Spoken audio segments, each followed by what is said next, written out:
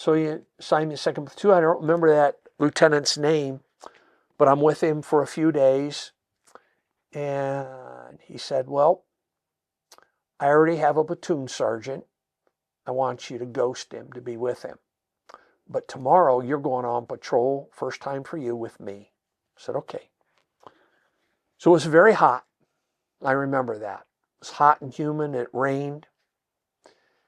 And I'm just trying to get used to the climate, my lungs and stuff and whatnot. So the next day we go on patrol. And I think there was about 18 of us on a patrol with the lieutenant, platoon commander. And I was up near him and his radio man. He wanted to point things out to me. So the lieutenant was up close to the column. And there was a point man up. And there was this path that we're on. And the path had a rise.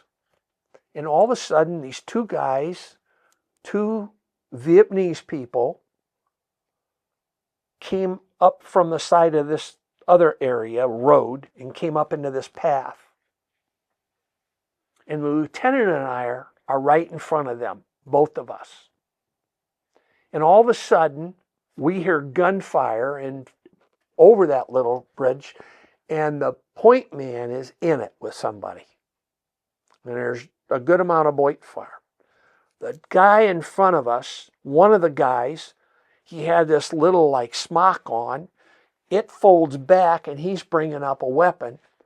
And the other guy has one arm gone, and in his other arm, he's got a Chinese Chi-Com grenades getting ready to show it. And my very first time as a lieutenant, we kill them. And I hadn't been on a patrol I wasn't there half an hour. And we kill these guys, and then all of a sudden, all of it breaks out. We're in a big firefight. So he tells me and three other guys to go over into that grass and start moving our way up. And it's like an elephant grass. And we get down into it, and we start moving, and you can't breathe. I mean, it's soggy, it's human, and it's all around us, this grass, and we're moving up, and we come up to the edge where the grass is stopping, and there's Viet Cong all along this grass and stuff, and they see us, and bullets are flying all over, and we get down lower, and we're in the grass, and they got us pinned down, and we couldn't hardly breathe. Four of us passed out. We got heat stroke, which is the worst of the heat conditions. And I remember the lieutenant laying over me, and he says, we got him, we got him. He said, Sergeant Sims, you got your combat action ribbon. First patrol, outstanding. And you got to understand that mindset. I was passed out most of the time. And they were loading me onto a Chinook with the three other guys. I don't remember. I barely remember the ride. I just remember all the wind and the noise. And then I woke up, and I was on a steel table. I was stark naked. My crotch had 5 inches of ice on it. My ankles, my wrists, my neck, and my armpits were all stuffed with ice. And a fan like this was blowing on me. I wake up, I have no idea where I'm at. But then a nurse walks up to me. And she says, Sergeant Sims? Yeah. Are you waking up? I said, yeah. Do you know where you're at? I said, nope. She said, you're at Da Nang Hospital. She goes, you and 3 of your other fellow Marines suffered severe heat stroke. And we're bringing your body temperature to where it should be. And she goes, are you cold? I said, now that you mentioned it, a little bit. And she goes, you'll be out of this soon, and we'll get something warmer on you, some clothes on you. So I don't know how much longer. It didn't seem long. And he started taking, this sailor comes over, he's taking ice off of us, and he's helping us put clothes on. This is all going on, all four of us at the same time.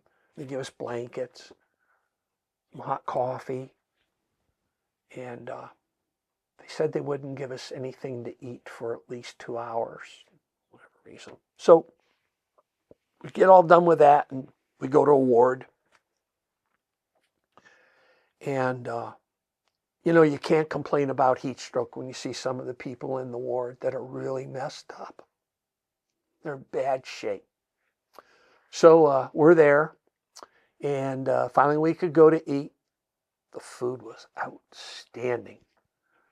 And of course, for a time there, not many days, I've been eating out of the can, but this, it was warm, it was hot, it was good. And these guys have been in Vietnam for a while, they said it was. And so we could walk around. They showed us where the bunkers were, if there was an alarm that we could go to, if we could get to. And then the next day we had an appointment with a psychologist. So a psychologist told us that we each got interviewed by him. And he asked such things about what were you doing when this happened? What were your feelings? I think scared shitless is a common phrase that I hear often. What did you think when you woke up in the hospital? Stuff like that. What are you missing? Everything else. And then he says, here's a paper and here's some crayons, and I want you to draw me a picture and put your name at the top and your rank and what company you're with and battalion. Put that up there. Okay.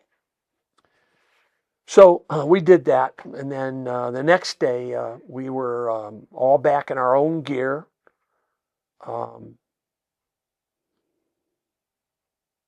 Gave us our weapons back. They were the right ones. Watch out for them sailors. And gave us some ammo back. And they drove us over to a helicopter pad. And we went back to our regiment, and we were given 5 days of light duty.